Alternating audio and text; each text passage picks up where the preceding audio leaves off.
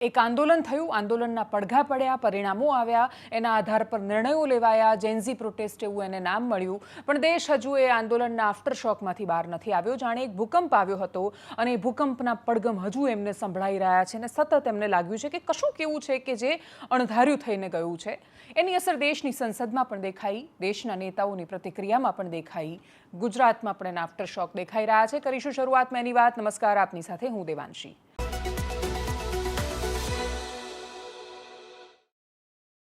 અચાનક જ ગુજરાતમાં મંત્રીનું રાજીનામું માંગવાનો ટ્રેન્ડ શરૂ થયો. આમ આદમી પાર્ટી આમ તો આ રાજીનામું માંગી રહી છે. રાજીનામું મંગાઈ રહ્યું છે શિક્ષણ રાજ્યમંત્રી રીવાબા જાડેજાનું. આ શબ્દ બહુ જ મહત્વનો છે અને સમજવા જેવો છે. એ શિક્ષણ રાજ્યમંત્રી છે. રીવાબા જાડેજા ગુજરાત રાજ્યના કેબિનેટ મિનિસ્ટર નથી, એ શિક્ષણ મંત્રી નથી. જનરલ નોલેજમાં તમારા વધારો કરતા એક માહિતી તમને આપી રહી છું કે ગુજરાત રાજ્યના શિક્ષણ મંત્રીનું નામ પ્રદ્યુમ્ન વાજા છે. પ્રદ્યુમ્નભાઈ છે ગુજરાતના શિક્ષણ મંત્રી. કયા મુદ્દાના આધાર પર રીવાબા જાડેજાનું રાજીનામું મંગાઈ રહ્યું છે? આપણે એવું માની લઈએ કે રાજીનામું માંગી રહેલા મોટાભાગના લોકોને ખબર નથી કે એ સ્ટેટ મિનિસ્ટર છે. પણ એનાથી વિશેષ બીજી વાત છે, એનું ધ્યાન દોરવું જરૂરી છે. આમ આદમી પાર્ટીના મોટાભાગના નેતાઓએ આની શરૂઆત કરી. કોંગ્રેસના નેતાઓએ આજે જામનગરમાં ઉગ્ર દેખાવો કર્યા. કારણ હતું જામનગરમાં સ્થિત આયુર્વેદ યુનિવર્સિટી અને આયુર્વેદિક યુનિવર્સિટીનું એક પેપર ફૂટી ગયું, પેપર લીક થયું. પેપર લીક થવી એ ગુજરાત માટે તો કોઈ નવી ઘટના જ નથી. ગુજરાતને તો આદત છે. એટલે ગુજરાતમાં તો પેપર ફૂટે ત્યારે મને એવું યાદ છે, મેં એવું થંબનેલ આપેલું છે કે કેજીનું પેપર ફૂટે તો કદાચ હવે સમાચાર બનશે કે કેમ એ ખબર નથી. એટલી હદ સુધી પેપર લીક એ આપણા ઇતિહાસને પરંપરા સાથે જોડાઈ ગયું છે અને આપણે એને એટલી ખતરનાક રીતે સ્વીકારી લીધું છે કે પેપર ફૂટવું અત્યાર સુધી છેલ્લા કેટલાય વર્ષોથી સમાચાર નહોતા લાગતા, કેમ કે સતત ફૂટ્યા.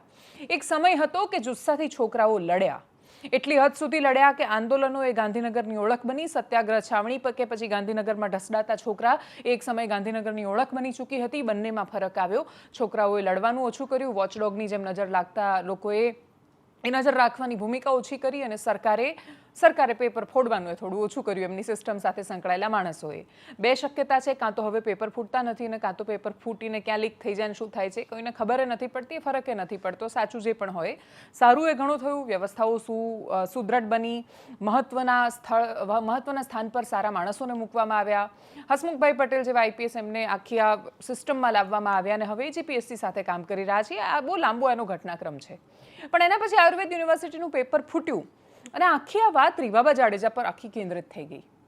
રીવાબા જાડેજા જામનગરથી આવે છે એટલે એમને સવાલ હોઈ શકે એ સમજ્યા, પણ જામનગરથી તો બીજા એ ધારાસભ્યો છે, ખાલી રીવાબા નથી.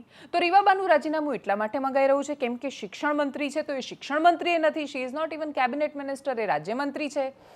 અને સૌથી મોટી ને મહત્વની વાત એ છે કે આ મંત્રાલય પ્રફુલભાઈ પાનસેરિયાને લાગે છે.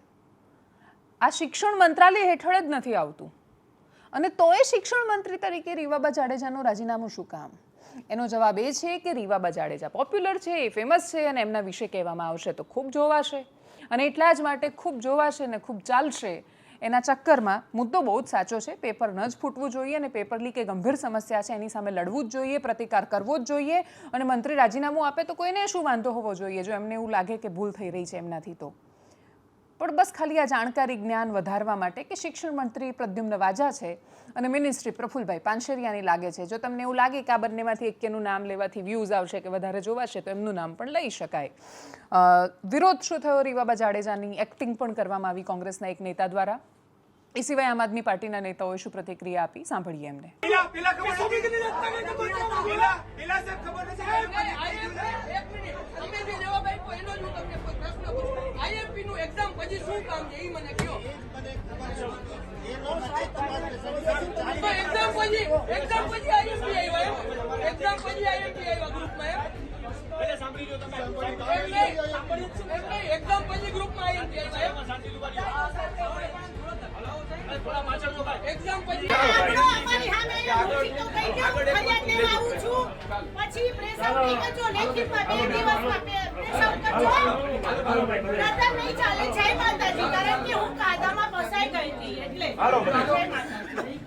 અને ગુજરાતનું રેકોર્ડ રહ્યું છે કે ગુજરાતના જૈનજીને આ ભાજપની સરકારે સતત પેપરો ફોડીને એની જિંદગીઓ બરબાદ કરી છે.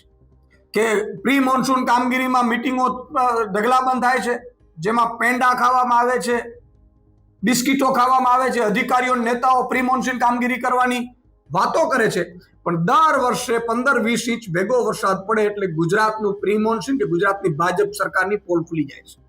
વડાપ્રધાન ફાસ્ટ ટ્રેક કોર્ટ બનાવશે, કાયદો કડક બનાવશે, પણ ચોરી કરનારા લોકોને સપોર્ટ જો એની પાર્ટીનો જ હશે તો કેવી રીતે રોકાશે?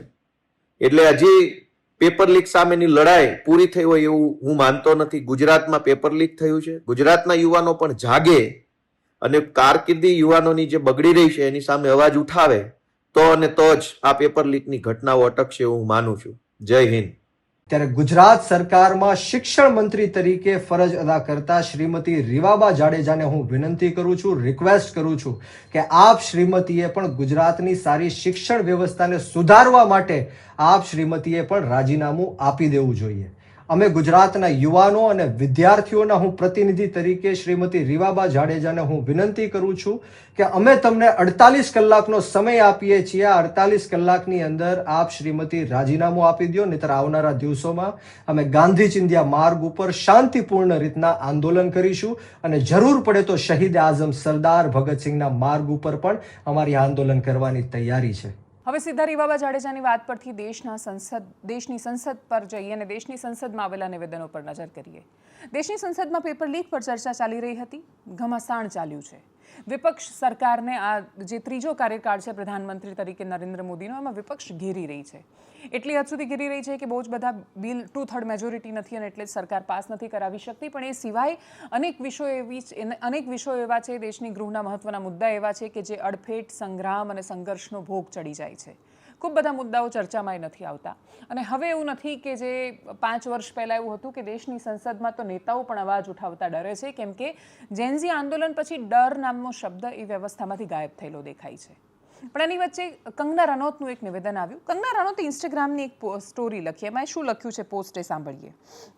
એમણે કહ્યું કે સૌથી શરમજનક વાત એ છે કે એ યુવા હિન્દુ મહિલાઓનું વર્તન છે જે સ્વતંત્ર અને કારકિર્દી બનાવતી મહિલાઓના જીવનની નકલ કરવા માંગે છે, પણ એ આઝાદી સાથે આવતી જવાબદારીઓને નિભાવવા નથી માંગતી. સ્વતંત્ર મહિલાઓ વિદ્રોહી નિર્ણયો લે છે, સ્પષ્ટ અભિપ્રાયો રાખે છે, પરંપરાઓથી હટીને કારકિર્દી પસંદ કરે છે અને પોતાના દરેક નિર્ણયની સંપૂર્ણ જવાબદારી પણ ઉઠાવે છે. તેમને પોતાના કર્મોની કિંમત પોતે ચૂકવવી પડે છે. એ પોતાના મા બાપ કે પરિવારના ભોગે આવું નથી કરતી. આજે કહેવાતી પશ્ચિમી વિચારધારાથી પ્રભાવિત ભારતીય મહિલાઓની એક એવી નવી પેઢી સામે આવી છે જેમને હું ગટરછાપ જનરેશન કહું છું. આમાંથી કેટલીક પાસે સમાજને આપવા માટે કશું જ નથી. એના ભણવામાં સારી છે, ઉપરથી એટલી ખરાબ માનસિકતા અને ભ્રષ્ટ વિચાર ધરાવે છે કે એ સારી ગૃહિણીએ નથી બની શકતી અને એમ છતાં તે પોતાની કહેવાતી આઝાદીનો દેખાડો કરે છે. નશો, દારૂ અને અસંખ્ય જાતીય સંબંધોને પોતાની આઝાદી ગણાવે છે. શરમ વિના પોતાના મા બાપની કમાણી પર જીવે છે અને સતત સ્વતંત્ર જીવન જીવવાની વાતો કરે છે, જ્યારે વાસ્તવમાં એ આત્મનિર્ભર હોતી નથી. એક નાની વાત યાદ અપાવી દઉં કે આઝાદ જીવન કમાવવું પડે છે. જો જવાબદારી ઉઠાવ્યા વિના સ્વતંત્ર બનવાનો પ્રયાસ કરશો તો તમે ફક્ત એક વિકૃત માનસિકતાવાળા માણસ છો. ગટર છાપ. કંગના રનૌતે આ કહ્યું એટલે હવે જેનઝીને ગટર છાપ કયા એમ કહીને આખો આ વિષય છે અને વિવાદમાં કન્વર્ટ કરવામાં આવી રહ્યો છે. જંતર મંતર પર કેવી સ્ત્રીઓ દેખાઈ અથવા જેનઝી આખું આંદોલન થયું એમાં કેવી છોકરીઓ જોવા મળી. એ કેવી છોકરી કે જે મુંબઈ પોલીસની ગાડી આગળ આમ હાથ કરીને ઊભી થઈ ગઈ, એવી છોકરી જે બંધારણની વાત કરતી હતી, એવી છોકરી હતી કે જે રડતા રડતા એવું કહી રહી હતી કે મારું સપનું હતું કે હું યુપીએસસી આપીને આઈપીએસ બનીશ, પણ આ પોલીસ અત્યાચાર અને દમન જોઈને હું એ કરવા તૈયાર નથી. પણ આમાં એવી છોકરીઓ પણ હતી કે જે અતિશય અભદ્ર ભાષામાં અશ્લીલતા સાથે ઘણું બધું બોલી રહી હતી. કોણે શું જોયું એ બહુ મહત્વનું છે. હવે આ કોણે શું જોયું એમાં સૌથી મોટી સમસ્યા ઇન્સ્ટાગ્રામના અલ્ગોરિધમની છે. સરકારના સમર્થક હતા, એને માત્ર એવી છોકરીઓ આવી એમની ફીડમાં એમણે એ જોતા હતા, સ્ક્રોલ કરતા હતા, એમને એવી છોકરીઓ દેખાતી હતી જે પ્રાઇમ મિનિસ્ટરને ગાળો આપે છે, પ્રધાનમંત્રીના દિવંગત માતા માટે ખરાબ શબ્દોના ઉપયોગ કરે છે, એમની વાતોમાંથી અશ્લીલતા છલકાય છે. એ ભારતીય પરંપરા નામે શબ્દથી સાવ અજાણ છે અને માત્ર એટલા એમને ખબર નથી એ કયા મુદ્દાનો વિરોધ કરી રહી છે. અને જેમને સાંભળીને ખરેખર એવું લાગે કે આ ગટરછાપ માનસિકતા સાથે દેશમાં જંતર મંતરના મેદાન પર એ લોકો પહોંચી ગયા છે. પણ એવી છોકરીઓ એ હતી કે જે અતિશય શિક્ષિત હતી અને એમની પોતાની કરોડ ટટ્ટાર રાખીને કોઈ શેષ શરમ વગર સરકારને ઘેરી રહી હતી. હવે કોણે શું જોયું એ બહુ જ મહત્વનું છે. બંને જોયા પછી મને એવું લાગ્યું કે એ છોકરીઓને એપ્રિશિએટ કરવી જોઈએ કે જે ડરતી નથી અને કદાચ આ દેશની સત્તાના કેન્દ્ર સ્થાનમાં આવનારા સમયમાં કોઈ એક છોકરી હશે, કેમ કે હવે એ બિલકુલ નિર્ભીક રીતે પોતાની વાત મૂકી રહી છે. અને એટલે જેને એવું લાગ્યું કે જેણે આંદોલનમાંથી એપ્રિશિએટ કરવા જેવું છે એણે વખાણ્યું પણ ખરું. હું પણ એક હતી એ વખાણવાવાળી એ છોકરીઓને.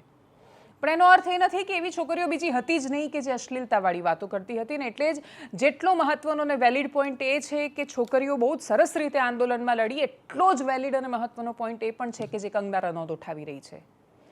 આ જ જનરેશનની એક છોકરી સિયા ગોયલ નામની છોકરી પણ છે કે જે સગાઈ થાય ને છોકરો ગમતો નથી, એની સાથે લગ્ન નથી કરવા, એના વાળ નથી ગમતા, તો એને જઈને ધક્કો મારી દે છે, મારી નાખે છે, હત્યા કરી દે છે. ને એનાથી મોટી ખતરનાક વાત એ છે કે હત્યા કર્યા પછી મીડિયાને મિડલ ફિંગર બતાવે છે, વચ્ચેની આંગળી બતાવે છે, અશ્લીલ ઇશારા કરે છે, ગાળ આપે છે, ને કોઈ ફરક નથી પડતો. કૃષ્ણ દવેની એક કવિતા હું બોલી હતી, એમાં એવી છોકરીઓને જોઈને કે તમે ડેફું સમજીને ફેંકી દો ધૂળમાં કે પછી સોનાના ત્રાજવેથી તોલો, અમને શું ફેર પડે બોલો. પણ અમને શું ફેર પડે એમાં વી ડોન્ટ કેરના બહુ બધા મતલબો છે. અમને તમારી ટીકાઓથી ફરક નથી પડતો, અમારી કરોડ ટટ્ટાર છે અને અમે અમારો અવાજ રાખી શકીએ છીએ એવું કહેવાવાળી છોકરીઓ, અને અમે નગ્નતાની સાથે રસ્તા પર એ રીતે ઊભા રહી જઈશું કે અમને કોઈ ફરક જ નથી પડતો તમે શું કહેવા માગો છો. આ બંને હકીકત છે. કોઈ એક હકીકત બીજી હકીકતને ઢાંકી શકે એમ નથી. અને એટલે જ કંગના રનૌતના શબ્દો સાથે કદાચ તમે અસહમત હોઈ શકો, તમને એવું લાગે કે એ ભારતીય જનતા પાર્ટીમાં છે એટલે આવું બોલી રહ્યા છે. તમે ગટરછાપ શબ્દને ઉઠાવીને ગટરછાપ જનરેશન કહ્યું એમ કરીને બીજું એક આંદોલન પણ શરૂ કરી શકો, પણ તમે સમાજની હકીકત તમારા પગ પર આવશે ત્યારે તમને સમજાશે. સ્ત્રીઓ હત્યા કરે સમાચાર બને છે, વાત સાચી છે, કેમ કે આપણે સ્ત્રીઓ પાસે આવી અપેક્ષા નથી રાખતા. વાત માત્ર અપેક્ષાની જ તો છે. પુરુષની હત્યા એનાથી જસ્ટિફાઈ નથી થતી. સિયા ગોયલ કરે એની આટલી બધી ચર્ચા થાય છે, અને હજારો લાખો સ્ત્રીઓ છે જે દરરોજ મરી રહી છે એના વિશે કોઈ વાત નથી કરતું, કેમ કે એ આદતનો હિસ્સો બન્યું છે. માણસે પુરુષ પાસેથી એ અપેક્ષા જ નથી, અને છતાંય પુરુષ બદલાઈ રહ્યો છે, ઘણી બધી જગ્યાએ બદલાઈ રહ્યો છે. એ બદલાવ તમે તમારા ભાઈઓમાં જોશો, એ બદલાવ તમે તમારા પિતામાં જોવાનો પ્રયત્ન કરો કે એ આજથી 35 વર્ષ પહેલાં કેવા હતા ને અત્યારે તમારી મમ્મી સાથે કેવું વર્તન કરે છે. તમે એ બદલાવ તમારી આસપાસના પુરુષોમાં જોવાનો પ્રયત્ન કરો. તમે સ્ત્રીઓમાં પણ તો એ બદલાવ જોવાનો પ્રયત્ન કરો, અને બંને પ્રકારના બદલાવ છે. સ્ત્રીની અંદર એટલી બધી અદ્ભુત ઉર્જા છે, જો એ ઉર્જા ચેનલાઇઝ ન થાય તો શું થાય. અને એટલે જ કંગના રનૌતે કહ્યું એની ટીકા બહુ જ બધા લોકો કરી શકશે, પણ એક હકીકત એ છે કે તમે કદાચ ગમે તેટલા મોટા બની જશો, પણ મહાન બનવા માટે તો તમારું ભારતીય હોવું બહુ જરૂરી છે. અને એટલે જ આવનારા સમયમાં આપણે અમેરિકા હોઈશું, યુરોપે હોઈશું, ને આપણે દુનિયાના કોઈ પણ દેશ કરતાં આગળ હોઈ શકીશું, પણ જો આપણે ભારત જ નહીં બચીએ તો, આપણી અંદરનું ભારત જો મરી જાય છે તો. અને એવું ક્યાં છે કે ભારતમાં ક્રાંતિ કરતી સ્ત્રીઓના ઉદાહરણ નથી, કે ભારતમાં શાસન કરતી કે રાજ કરતી સ્ત્રીઓના ઉદાહરણ નથી. આપણી પાસે અહલ્યાબાઈનું ઉદાહરણ છે, એટલે અહલ્યાબાઈ હોલકરે શું કર્યું કે આપણી પાસે સાવિત્રીબાઈ ફૂલેનું પણ ઉદાહરણ છે. ક્રાંતિ કરતી સ્ત્રીઓ, સમાજથી ન ડરતી સ્ત્રીઓ, કરોડ ટટ્ટાર રાખીને ઊભી રહેતી સ્ત્રીઓ, ચર્ચા કરતી સ્ત્રીઓ, બૌદ્ધિક ચર્ચા કરતી સ્ત્રીઓ, બધા જ ઉદાહરણ છે આપણી પાસે. પણ જો આપણે અશ્લીલતા, નગ્નતા અને ગાળો આપવીને નશો કરવો અને છોકરાઓ આ બધું ખરાબ કરી શકે તો હું કેમ ન કરી શકું એવું કહીને ખરાબમાં સ્પર્ધા કરતી સ્ત્રીઓ છે, તો તમે વિલન સ્ત્રીઓને નહીં રોકી શકો. વિલન ખાલી પુરુષ જ ન હોય, સ્ત્રી પણ હોય, પણ સ્ત્રીએ નક્કી કરવાનું છે કે એણે કઈ દિશામાં જવાનું છે.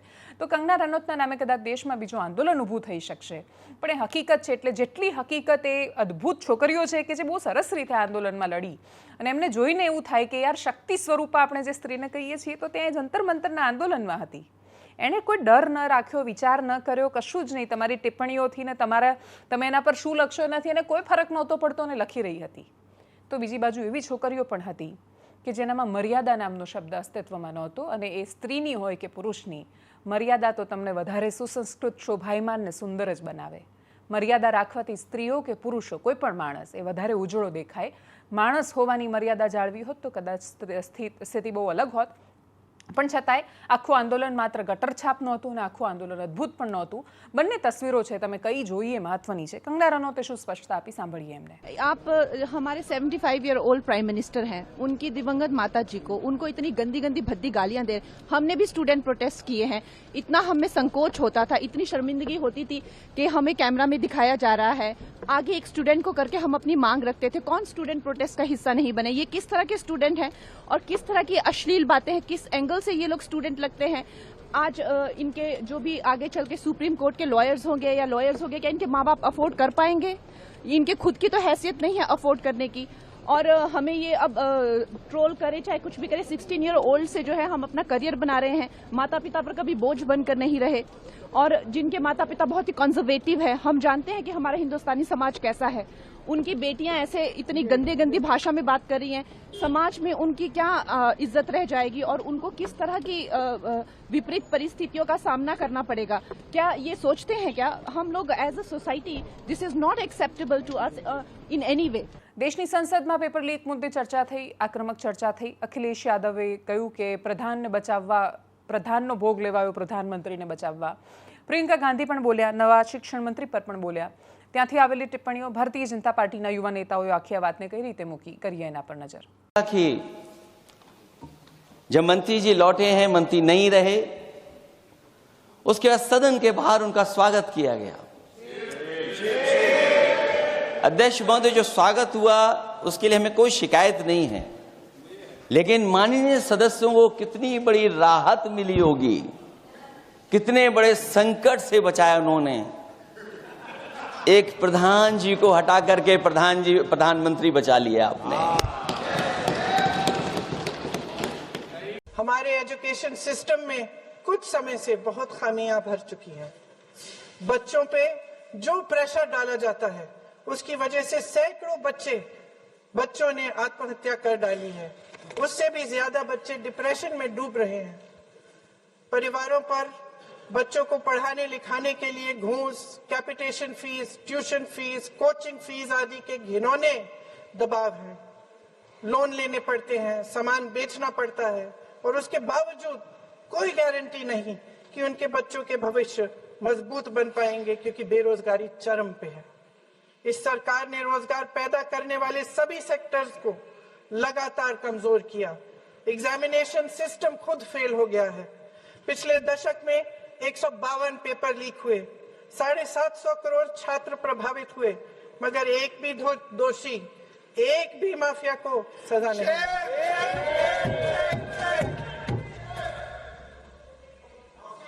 हमारे एजुकेशन में आरएसएस के प्रचारकों को भर भर कर उसे खोखला बना दिया।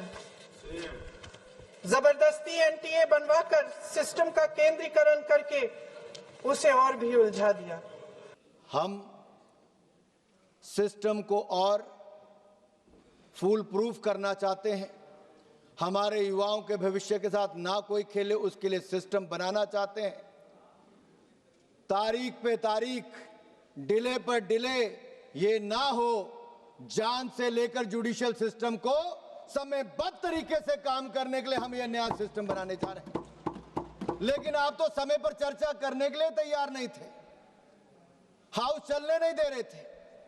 राहुल गांधी जी को लगा देश के युवाओं ने उनको पूछा नहीं, ना अखिलेश जी को पूछा, ना किसी पॉलिटिकल पार्टी को पूछा, तो अब करें क्या? तो उन्होंने वो किया जो किसी नेता प्रतिपक्ष को नहीं करना चाहिए। वो प्रधानमंत्री निवास के बाहर जाकर लेट गए। अरे राहुल जी, आपकी तड़प जलन मैं समझ सकता हूं, प्रधानमंत्री निवास के अंदर आपको जाने का मौका नहीं मिल पा रहा लेकिन बाहर ही लेटने का मौका ले लिया आपने।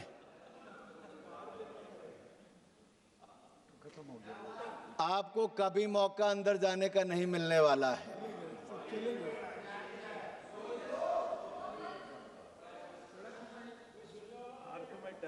અને છેલ્લે વાત એક એવી પાર્ટીની અથવા એક એવી મુવમેન્ટની કે જે દેશમાં શરૂ થવાના ભણકારા છે, લાખો લોકો એની સાથે જોડાયા છે। વાત રિઝર્વેશનની છે। થોડા જ કલાકોમાં લાખો માણસો એની સાથે જોડાઈ જાય, એનો મતલબ કે આ પણ દેશનો મહત્વનો મુદ્દો છે। રિઝર્વેશન એ કોઈ એવો શબ્દ નથી કે જેને અડવાથી આગ લાગી જવાની હોય, અને જો એને અડવાથી આગ લાગી જાય તો એને બસ એમાંથી બહાર કાઢવો પડશે એ શબ્દને। તમે રિઝર્વેશન શબ્દ બોલો અથવા તમે માત્ર એટલું પણ બોલો કે અનામત પર ચર્ચા કરવાની જરૂર છે અથવા એના વિશે વાત થવી જોઈએ, તો અચાનક જ એક આખો સમુદાય વિશેષ છે ભડકી જાય છે, એની અંદર આગ લાગી જાય છે। એ તન મનથી એટલો બધો આગ લાગી જાય છે કે બધે દોડવા, આ મનુવાદી છે, આ છે, આ બ્રાહ્મણવાદી છે, આનું માનસિકતા આવી જાય, આને આમ કરી નાખો, તેમ કરી, આ બંધારણ વિરોધી છે, આ બાબા સાહેબ વિરોધી છે, આ જાતિઓ વિરોધી છે, અને આમને એ નથી ખબર 3000 વર્ષ પહેલાં શું થયું કે 5000 વર્ષ પહેલાં શું થયું, વગેરે વગેરે। કોઈ માત્ર એટલું કહી રહ્યું છે કે આ વિષય પર વાત થવી જોઈએ, ચર્ચા થવી જોઈએ, ડિબેટ થવી જોઈએ, તમે સહમત હોવ કે અસહમત, જે બંધારણની દુહાઈને જે બંધારણના આધાર પર આપણે અનામત નામના શબ્દની વાત કરીએ છીએ એ જ બંધારણમાં ફ્રીડમ ઓફ એક્સપ્રેશન છે, એ જ બંધારણ ડિબેટ અને ડિસ્કશનને પરમિશન આપે છે, અને એ જ બંધારણ કહે છે કે વાત કરો.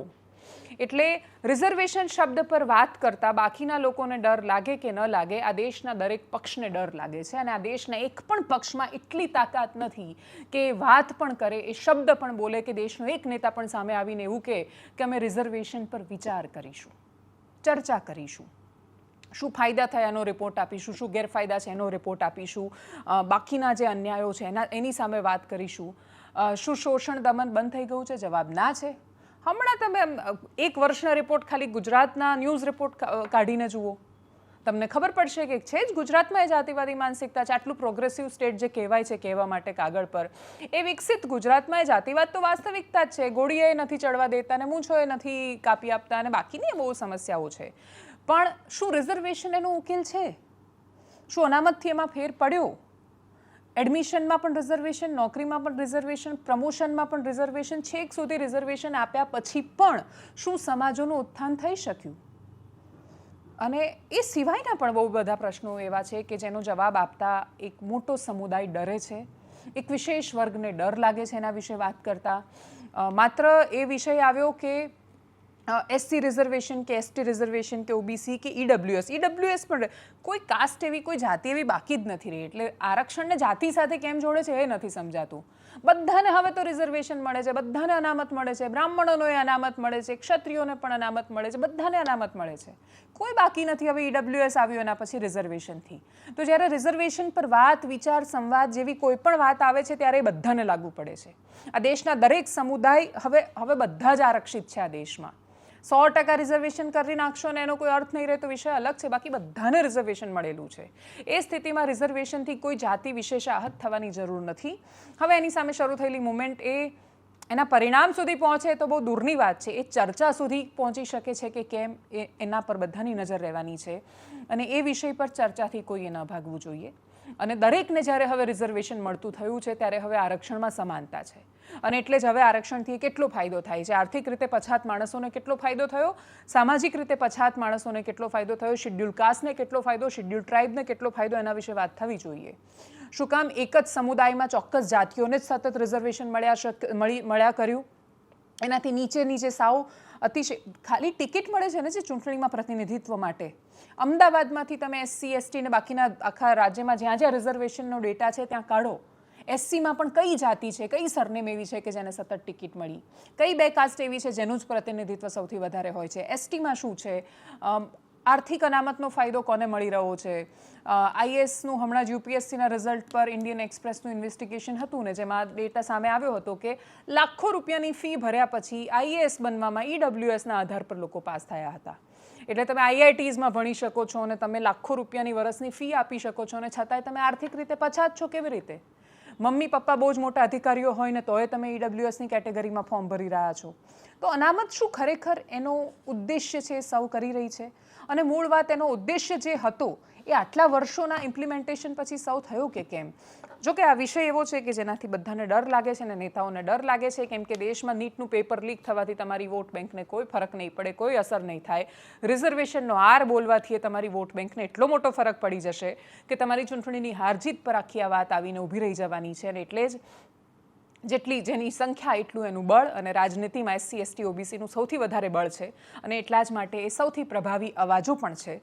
હવે એ અવાજોનો અને સૌથી મોટી વાત એ પ્રભાવનો એમને ફાયદો કેટલો થયો એ વાતનો જવાબ એ જાતિના નેતાઓએ પણ આપવો પડશે. કેમ કે સરકારી નોકરી દેશમાં 2%, 2-3%, 4% જેટલી હશે કે જ્યાં રિઝર્વેશન હશે. બાકીનું બહુ જ મોટું એટલીસ્ટ 90% જેટલું પ્રાઇવેટ સેક્ટર છે, ત્યાં કોઈ રિઝર્વેશન નથી. અને ત્યાં રિઝર્વેશન નથી એટલે પ્રતિનિધિત્વ એવું નથી. એ સ્પર્ધામાં નાખવાનું ભૂલી ગયા છે, એના માટે તૈયારી કરવાનું માનસ નથી ઊભું થઈ શક્યું. બહુ જ બધી સમસ્યાઓ છે. અને મૂળ વાત રહી વાત સમાન હકની, મેં અંબાજીથી ઉમરગામ સુધીના વિસ્તારોમાં રિપોર્ટિંગ કરેલું છે, કવરેજ કરેલું છે, અને એટલે જ બાકી બધાની ખબર નહીં, પણ આદિવાસી વિસ્તારોની હાલત અતિશય દયનીય છે.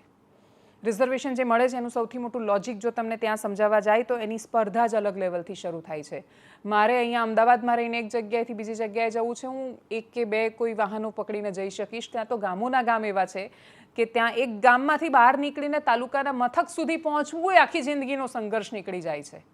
એટલે તાલુકાના મથક સુધી પહોંચવામાં એક પેઢીનો સંઘર્ષ લાગે છે. જ્યાં 7 પેઢીથી લોકો મજૂરી કરે છે, એની પેઢી નીકળી જાય પણ એ એક રાઉન્ડ ન ક્રોસ કરી શકે એ પ્રકારની દારૂણ સ્થિતિમાં જીવતા માણસો છે, જ્યાં આપણે સમાન હક નથી આપી શક્યા. એટલે વાત માત્ર તકની છે. એને તક સમાન આપો. સમાન તક આપવામાં ફોકસ નથી કરવું અને પછી એવું કહીશું કે આખી જિંદગી અમે તમારો બહાર ઉપાડીને તમને ક્યાંય સુધી લઈ જઈશું. એ શક્ય જ નથી. સમાન તક કોઈ માંગતું નથી અને રિઝર્વેશન પર ચર્ચા કરવા કોઈ તૈયાર નથી. સાંભળીએ નેતાઓ ગુજરાતમાંથી જે બોલ્યા છે રિઝર્વેશન પર શું કહી રહ્યા છે, એમને સાંભળીએ. રિઝર્વેશન હટાવો આંદોલન RHA અને રિઝર્વેશન હટાવો મુવમેન્ટ, રિઝર્વેશન હટાવો મુવમેન્ટ ગુજરાત, આ બધાના નામે ઇન્સ્ટાગ્રામ અને ફેસબુકમાં જબરજસ્ત ઐતિહાસિક કેમ્પેઇન ચાલી રહ્યું છે. અને એ કેમ્પેઇનમાં કોઈ દિવસ ના મળ્યો હોય એવો સપોર્ટ અને લોકોનો ઇન્ટરેસ્ટ એમાં દેખાઈ રહ્યો છે. કોઈ ઓર્ગેનાઇઝેશન વગર, સોશિયલ આર્મી વગર, નેચરલ કોર્સમાં. દેશમાં 2 આંદોલન સૌથી સફળ છે. ગુજરાતનું પાટીદાર અનામત આંદોલન કે જે 100% પરિણામ લાવ્યું હતું, અને બીજું આ કોકરોચ જનતા પાર્ટીનું આંદોલન કે જેમાં 100% પરિણામ મળ્યું હતું.